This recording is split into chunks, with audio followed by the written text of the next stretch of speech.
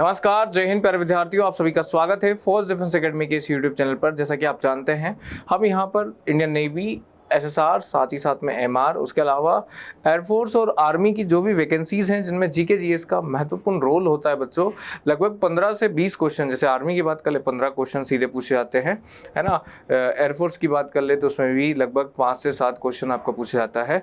और जैसे कि अगर देखें आप नेवी का देखें तो अभी सिलेबस के हिसाब से अकॉर्डिंग टू सिलेबस 18 क्वेश्चन इन्हें 15 से लेकर 18 क्वेश्चन पूछे जाते हैं। तो वही उन्हीं 15 से 18 क्वेश्चन को हमने 20 क्वेश्चन में तब्दील किया और 20 क्वेश्चन का एक रैपिड फायर जो है मिशन स्टार्ट किया है। आज इस मिशन का यानी इस प्रैक्टिस सेट का 11 नंबर का एपिसोड है। आप आई होप आप इस एपिसोड को एंजॉय कर रहे होंगे। आई होप इन सारे फैक्ट और इन सारे क्वेश्चंस को आप बार बार रिपीट कर रहे होंगे, जैसे कि आपका जीके जीएस इंप्रूव हो। चलिए तो शुरू करते हैं इस एपिसोड को, है ना। पहला क्वेश्चन आज का आपकी स्क्रीन पर है। क्वेश्चन ध्यान से सुनिएगा और ध्यान से पढ़िएगा और फिर इसका आंसर भी करिएगा, है ना। देखो, लास्ट टाइम जैसे मैंने एक बच्चे का कमेंट देखा, वो जो बहुत अप्रिशिएट हुआ, है ना। उसने क्या किया था कि 1 से लेकर जो 20 तक के जितने भी नंबर ऑफ क्वेश्चन है, वो क्वेश्चंस तो देख रहा है, लेकिन क्वेश्चन के साथ साथ क्या कर रहा है, अपने आंसर्स भी कर रहा है। मतलब मतलब वो खुद रिस्पॉन्सिबल है ना। और रिस्पॉन्सिबल होने के बाद में वो आंसर कर रहा है कि 20 में से सर 17 मैंने राइट लगाए हैं, मैंने आंसर जो है किए और वो आंसर मेरे क्या निकले, राइट निकले। तो ये एक अच्छा एवरेज होता है। आई थिंक सो कि जो भी बच्चा इसको देख रहा है और जिसने मतलब पढ़ लिया है और जो प्रैक्टिस कर रहा है, तो बच्चों वो प्रैक्टिस वाला बच्चा क्या करेगा, इस तरह से अपने आप को ऑब्जर्व करेगा कि वो कितने लगा चुका है, कितने नहीं लगा चुका। चलिए स्टार्ट करते हैं। Who is the author of the book life divine. Life divine जो पुस्तक है बच्चों, इसके लेखक कौन है बच्चों? तो लाइफ डिवाइन पुस्तक के लेखक महात्मा गांधी नहीं है बच्चों। महात्मा गांधी की तो है the story of my experiment with truth. उसके बाद रविन्द्रनाथ टैगोर की गीतांजलि है ना। यहाँ पर महात्मा गांधी की यंग इंडिया, ऐसे कुछ 2-4 बुक है महात्मा गांधी की जो इंपॉर्टेंट है। लेकिन यहाँ पे लाइफ डिवाइन जो लिख रखी है वो लिख रखी है अरविंद घोष ने, श्री अरविंद घोष ने। ठीक है बच्चों, अगला क्वेश्चन है, who was the viceroy of India at the time of Jallianwala Bagh massacre. Jallianwala Bagh हत्याकांड बच्चों, ये 13 अप्रैल में हुआ था, है ना, जो कि 1919 में हुआ था। कब हुआ था बच्चों? 13 अप्रैल 1919। कारण क्या था? यहाँ पे जो है हम भारतीय मिलकर जो है बच्चों क्या कर रहे थे, रॉलेट एक्ट का विरोध कर रहे थे। उस समय अंग्रेजों ने एक एक्ट लाया था जिसे कहा जाता था रॉलेट एक्ट, जिसे कहा जाता था बिना वकील, बिना दलील और बिना अपील का कानून। ठीक है बच्चों, बिना अपील का कानून, ये था आपके कौन सा एक्ट? रॉलेट एक्ट कहा जाता था। इस रॉलेट एक्ट में हुआ क्या था? तो इसका विरोध कर रहे थे भारतीय, चूंकि पंजाब के 2 जो है आपके क्रांतिकारियों को गिरफ्तार किया गया और उस गिरफ्तारी के विरोध में, है ना, 13 अप्रैल में बच्चों 1919 की बात है, 13 अप्रैल को अमृतसर में, कहाँ पे बच्चों? अमृतसर शहर में, जो कि पंजाब में पड़ता है। कहाँ पड़ता है बच्चों? पंजाब में है। यहाँ पर एक बाग है जिसका नाम है जलियांवाला बाग। इस बाग में मीटिंग बुलाई गई। क्या बुलाई गई बच्चों? मीटिंग बुलाई गई कि हम आते हैं, इस बात का विरोध करते हैं और शांतिपूर्ण तरीके से। नॉट बी डेड के हथियार थे उनके हाथ में, लेकिन वहाँ के उस समय जो जनरल डायर थे, है ना, उन डायर ने क्या किया, एकदम डायर वाला ही काम कर दिया। जो निहत्थे लोग खड़े हुए थे उन पे अंधाधुंध फायरिंग करवाई और काफी बड़ा एक मैसेकर हुआ, एक नरसंहार हुआ। इसलिए इस घटना को जलियांवाला बाग मैसेकर के नाम से जाना जाता है। तो ये कब हुआ था बच्चों? 13 अप्रैल। कहाँ हुआ था? अमृतसर। और किसके विरोध में हुआ था? Rowlatt act.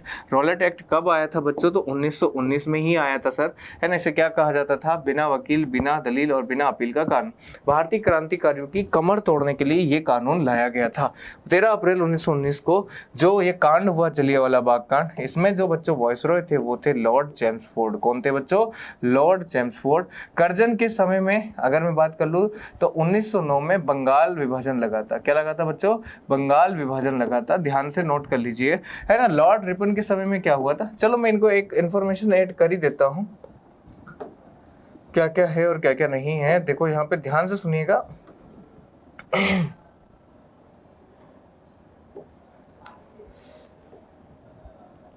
देखो बच्चों, यहाँ पे लिखा है चेम्सफोर्ड, तो चेम्सफोर्ड जो है वो आपका आंसर हो जाएगा, क्योंकि जलियांवाला बाग कांड जो है ये चेम्सफोर्ड के समय में ही हुआ था। ठीक है, उसके बाद होगा कर्जन। कर्जन जो थे बच्चों, ये कर्जन के समय में क्या हुआ था, तो कर्जन ने 1905 में बंगाल का विभाजन करवाया था। किसका विभाजन करवाया था बच्चों, डिवीजन ऑफ बंगाल, बंगाल का विभाजन। और यहीं पर स्टार्ट हुआ था बच्चों स्वदेशी मूवमेंट, यानी स्वदेशी आंदोलन। स्वदेशी आंदोलन की शुरुआत की गई थी 1905 में। ठीक है, चलिए, तो ये था कर्जन। कर्जन के बाद उसमें था रिपन। क्या था बच्चों ऑप्शन में, रिपन। रिपन के समय में 1881 में 1881 में रेगुलर सेंसस हुआ था। ये कल परसों शायद मैंने आपको क्लास में बताया था।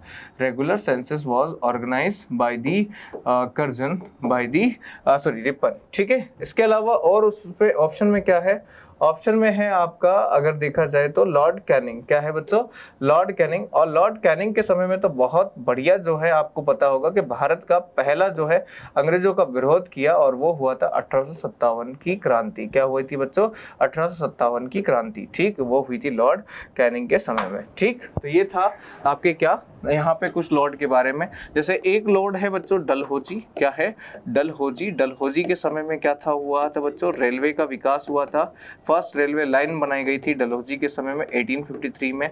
फिर उसके बाद कॉर्नवालिस, सिविल सेवा का जनक, सिविल सेवा का जनक, सिविल सेवा या पुलिस सेवा का जनक जो है बच्चों, वो कौन है, वो है लॉर्ड कॉर्नवालिस। कौन है बच्चों, लॉर्ड कॉर्नवालिस। कौन है बच्चों, कॉर्नवालिस। तो ध्यान से ये सारे के सारे लॉर्ड को लिख लेना है ना, कभी कभी कभार क्वेश्चन आता है और हमारे लिए इंपॉर्टेंट भी हो जाता है। चलिए अब आपके अगले क्वेश्चन पर चलते हैं। इसका आंसर सबको समझ में आया, तो लॉर्ड चेम्सफोर्ड इसका आंसर है।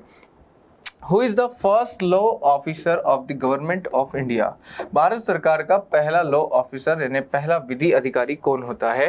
कंट्रोलर एंड ऑडिटर जनरल, वित्त आयोग, फाइनेंस कमीशन, महा न्यायवादी या लोकसभा अध्यक्ष। ठीक है बच्चों, देखो जल्दी से यहाँ पे राइट आंसर क्या होगा। तो देखो कंट्रोलर एंड ऑडिटर जनरल, तो ये अकाउंटिंग का काम करता है। अकाउंटिंग एंड ऑडिटिंग किसका काम करता है बच्चों, अकाउंटिंग एंड ऑडिटिंग का काम करता है। कौन करता है, तो कंट्रोलर एंड ऑडिटर जनरल। ये कहाँ लिखा है, आर्टिकल नंबर 148 से लेके तो 151 तक। ठीक है बच्चों, 148 से लेके तो 151 तक। फाइनेंस कमीशन, ये वित्त के बारे में यानी फाइनेंस के बारे में जो है आपकी चर्चा करता है। कौन करता है, तो वो करता है फाइनेंस कमीशन। ये लिखा है बच्चों 280 में, है ना। फिर है अटॉर्नी जनरल, ये लिखा है 76 में। और यही आपका आंसर है कि क्योंकि भारत का पहला विधि अधिकारी यानी गवर्नमेंट ऑफ इंडिया का जो एडवोकेट है बच्चों, वो है आपके अटॉर्नी जनरल ऑफ इंडिया। ये क्या होता है, भारत सरकार के ऊपर जो भी केस लगाया जाता है उन केसों की पैरवाई कौन, कोर्ट में कौन करता है बच्चों, तो कोर्ट में यही महान्यायवादी के द्वारा करवाया जाता है। वर्तमान में महान्यायवादी कौन है, तो वेंकट रमनी। कौन है, वेंकट रमनी जो है बच्चों, ये क्या है वर्तमान में हमारे भारत के महान्यायवादी। ये कितना कार्यकाल होता है, तो राष्ट्रपति के प्रसाद पर्यंत होते हैं, मतलब राष्ट्रपति का जब तक इनके पास फेवर होता है तब तक ये अपने काम पर होते हैं। ठीक, अगला है लोकसभा का अध्यक्ष, speaker of Lok Sabha. Speaker of Lok Sabha not be part of that this situation, क्योंकि स्पीकर ऑफ लोकसभा आपको पता होगा, लोकसभा का स्पीकर जो होता है वर्तमान में ओम बिरला है। कौन है बच्चों, ओम बिरला है। चलिए, तो ये हो गया आपका क्या, यहाँ पे सारा डिटेल। चलते हैं अगले क्वेश्चन की ओर। By what name is the lowest layer of atmosphere is known as. ध्यान से सुन लो, मैं सारे लेयर के नंबर बना देता हूँ। ये अर्थ का सरफेस है बच्चों, ये हमारा अर्थ है, प्यारा अर्थ है, प्यारी धरती, प्यारा भारत है। यहाँ पर सबसे पहला जो लेयर है वो है आपके यहाँ पे ट्रोपोस्फियर। ट्रोपोस्फियर को ही कहा जाता है अर्थ का सबसे पहला जो है आपका क्या लेयर, एटमॉस्फेरिक लेयर कहा जाता है ना। ट्रोपोस्फियर के बाद जो अगला लेयर आता है बच्चों वो होता है स्ट्रेटोस्फियर। क्या होता है, स्ट्रेटोस्फियर। स्ट्रेटोस्फियर के बाद जो अगला आपके आता है वो होता है मीजोस्फियर। क्या आता है, मीजोस्फियर, मध्य मंडल आता है। मीजोस्फियर के बाद जो आता है बच्चों वो होता है आयन मंडल, और आयन मंडल के बाद जो अगला आता है वो होता है एक्सोस्फियर, मतलब बाह्य मंडल। क्या होता है बच्चों, बाह्य मंडल। तो आयन मंडल, बाह्य मंडल, है ना, मध्य मंडल, समताप मंडल, और ये होता है क्षोभ मंडल। तो इस तरह से ये सारी जो है मंडल मैंने बता दिए। यहाँ पर समताप मंडल एरोप्लेन को उड़ाने में काफ़ी ज़्यादा हेल्पफुल है। इसी समताप मंडल में एक लेयर पाई जाती है बच्चों, एक गैसियस लेयर पाई जाती है जिसे कहा जाता है क्या, जिसे कहा जाता है बच्चों ओजोन परत कहा जाता है। क्या कहा जाता है, ओजोन परत। तो हवाई जहाज कहाँ उड़ते हैं, समताप मंडल में। सबसे पहला लेयर कौन सा है, क्षोभ मंडल। सारी वातावरणिक गतिविधियाँ कहाँ होती है, क्षोभ मंडल में। तूफान का आना, वर्षा का होना, बिजली का कड़कना, ये सारी चीज़ें हमें क्षोभ सौरमंडल में दिखाई देती है। ठीक है बच्चों, लिखते जाइए जो जो मैं बोल रहा हूँ और यही आपका क्या है आंसर होगा। और ये सारी परत है वायुमंडल, यहाँ अंतरिक्ष स्टार्ट हो जाता है। क्या हो जाता है बच्चों? अंतरिक्ष। और ये पूरी तरह से ब्लैक दिखता है। कैसे दिखता है बच्चों? ब्लैक दिखता है, काला काला दिखता है। चलिए भाई साहब अगला बढ़ते हैं। वेयर इज द बुलंद दरवाजा लोकेटेड?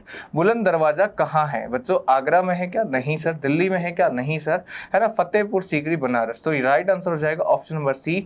बुलंद दरवाजा जो है बच्चों फतेहपुर सीकरी में है, यूपी में ही आता है, आगरा के पास में आता है।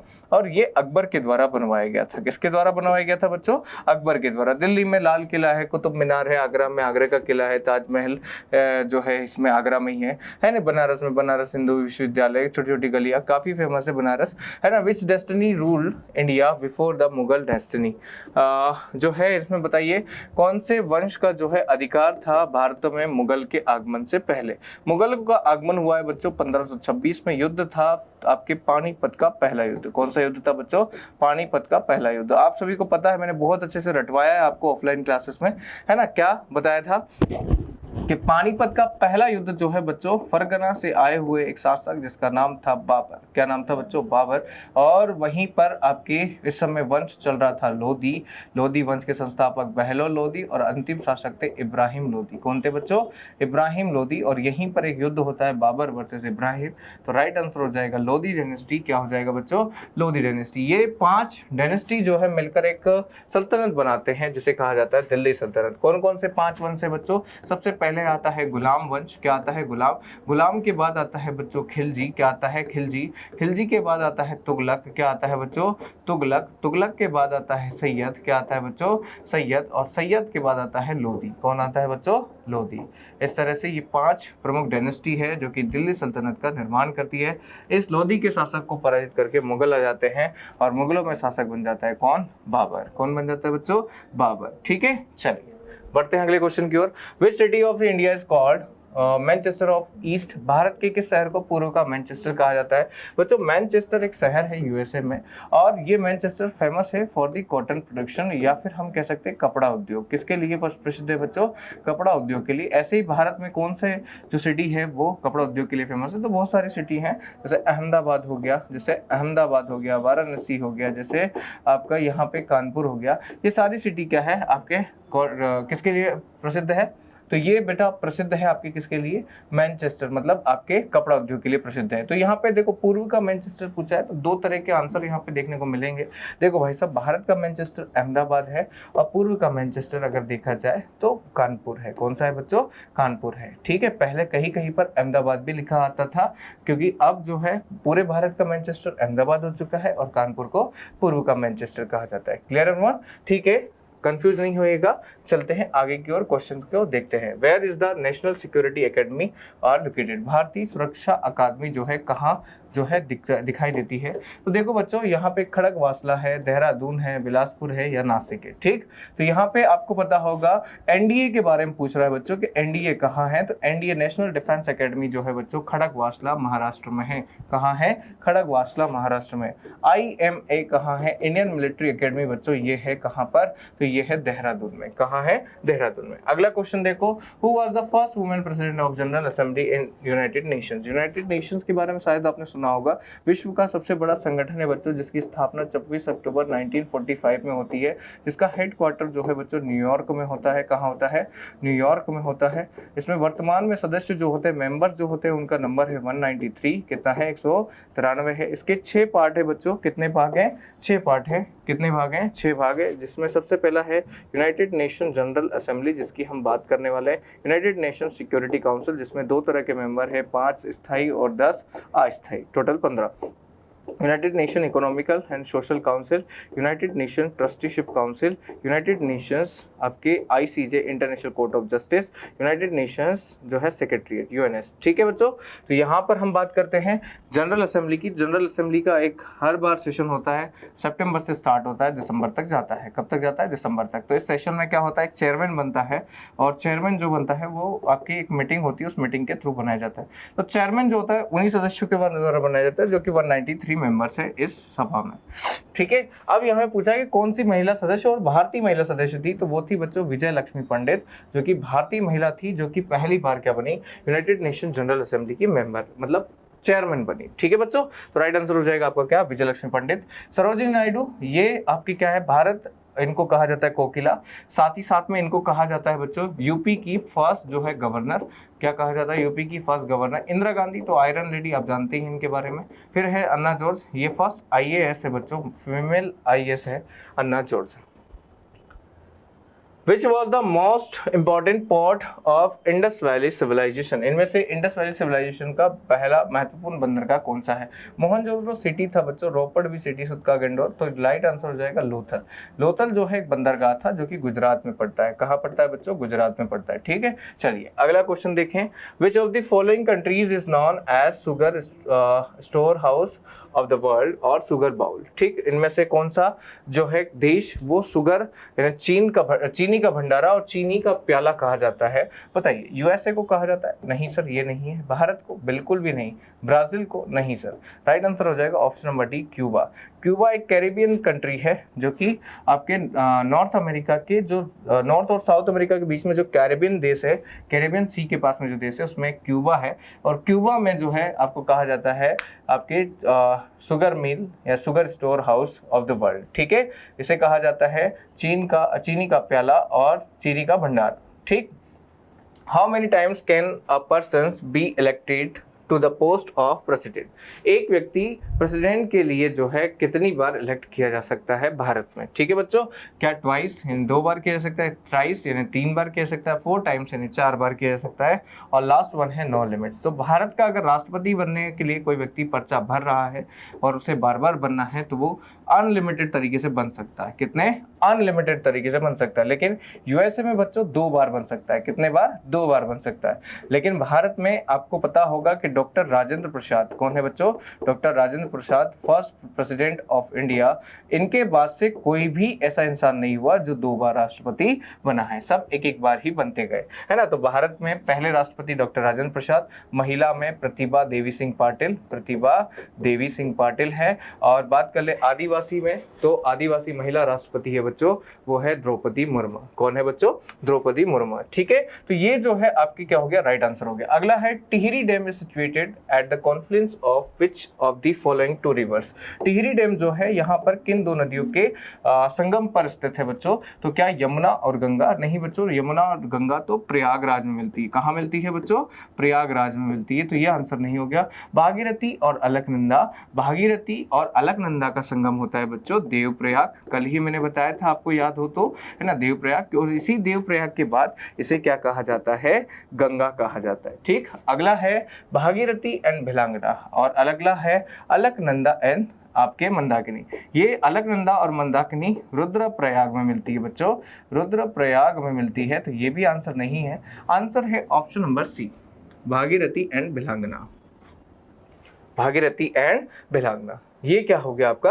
राइट आंसर हो गया। यहीं पर आपका है बच्चों टिहरी डैम, और ये सारी कहानी कहाँ की है? उत्तराखंड की। ये सारे स्थान कहाँ के हैं? उत्तराखंड। केवल प्रयागराज जो कि उत्तर प्रदेश में है। हाल ही में यहाँ पे क्या लगा था बच्चों? सिंहस्थ लगा था। इसके बाद सिंहस्थ कहाँ लगने वाला है? तो मध्य प्रदेश में उज्जैन के जो है शिप्रा नदी के किनारे लगने वाला है।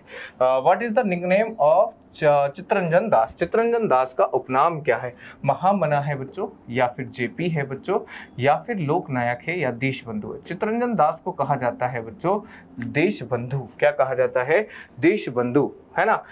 महामना कहा जाता है पंडित मदन मोहन मालवीय को। इसको बच्चों? पंडित मदन मोहन मालवीय को, है ना। जेपी मतलब जयप्रकाश नारायण।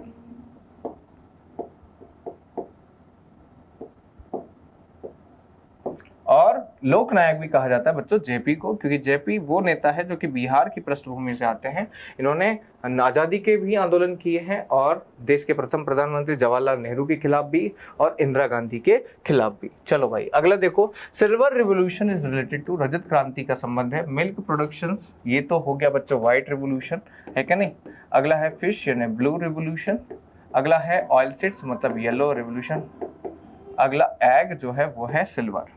तो सिल्वर रिवोल्यूशन के लिए यूज किया जाता है, जो कि एग प्रोडक्शन यानी अंडा उत्पादन। Which is the largest cave temples in India, Bharat में सबसे बड़ा जो है गुफा मंदिर कौन सा है बच्चों?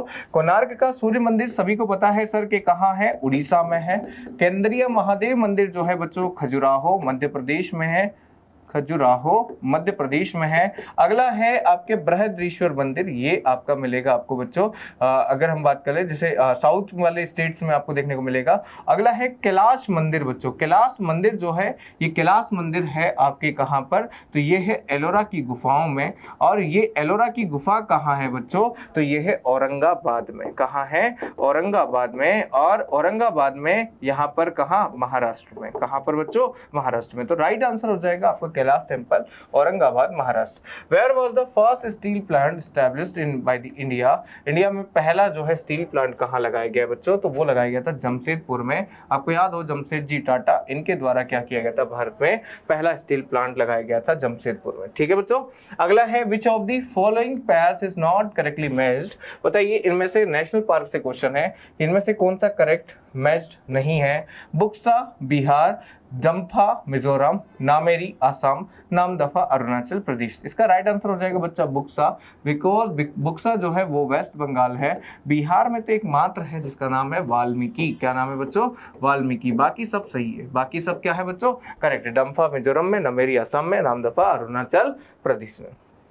अगला है what is the scientific name of national bird peacock, peacock मतलब राष्ट्रीय मोर का जो है आपके जो है साइंटिफिक नेम क्या है? तो बच्चों पावो क्रिस्टेसस, ये जो है क्या है आपका राष्ट्रीय पक्षी जो हमारा मोर है बच्चों उसका क्या है वैज्ञानिक नाम है। अगला है where is the headquarter of East Coast of Indian railway, Indian railway का जो ईस्ट कोस्ट जो रेलवे जोन है वो कहाँ लोकेटेड है?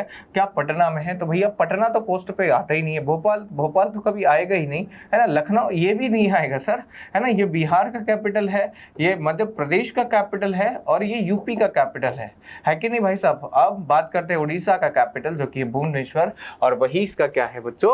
राइट आंसर है रेलवे के ईस्टर्न कोस्ट। ठीक है बच्चों। तो ये यहाँ पर आपके 20 क्वेश्चन कंप्लीट होते हैं बच्चों। जैसा कि हमारा सीरीज जो कंटिन्यूस चल रहा है उसका एक ही पर्पस है कि हमारा बच्चा अच्छे से लर्न करे, अच्छे से सीखे, अच्छे से समझे, अपना एक कॉपी बना के चले। जो कि आप देखेंगे 20 प्रैक्टिस सेट हो गए, आपके 10 प्रैक्टिस सेट हो गए, 200 क्वेश्चन हो गए, है कि नहीं।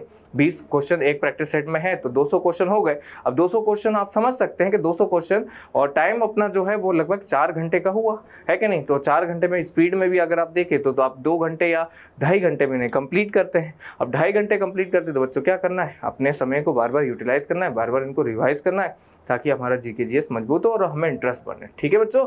तो जैसा कि मैंने कहा लास्ट टाइम भी और अभी भी कह रहा हूँ कि यहाँ इस वीडियो में अगर आपको अच्छा लगता है तो वीडियो को ज़्यादा से ज़्यादा लाइक करो बच्चों, इसे ज़्यादा से ज़्यादा शेयर करो, अपने स्टेटस पे डाल के जो है शेयर करो। बता दो पूरे भारत को कि यहाँ पे टेस्ट सीरीज की आवश्यकता नहीं है, प्रैक्टिस सेट से भी हम क्या कर सकते हैं, हमारा एग्जाम निकाल सकते हैं। ठीक है बच्चों। और साथ ही साथ इसके अलावा जो भी जैसे आप फिजिक्स की डिमांड है तो फिजिक्स के वीडियो भी बहुत जल्दी आपको जो है मिलने लगेंगे, डोंट वरी, है ना। बायोलॉजी, केमिस्ट्री, फिजिक्स, इसके बाद इंग्लिश और साथ में जीके जीएस कंटिन्यूस चल ही रहा है। ठीक है बच्चों। तो ऐसी जानकारी के लिए बच्चों जुड़े रहिए फोर्स डिफेंस एकेडमी के साथ में। वीडियो अच्छा लगा है तो इसे ज़्यादा से ज़्यादा शेयर करिए, लाइक करिए, अपने अमूल्य कमेंट करिए। और इसी के साथ आज के सेशन को डी एंड करते हैं। मिलते हैं नेक्स्ट सेक्शन में, तब तक के लिए सभी को जय हिंद, जय भारत।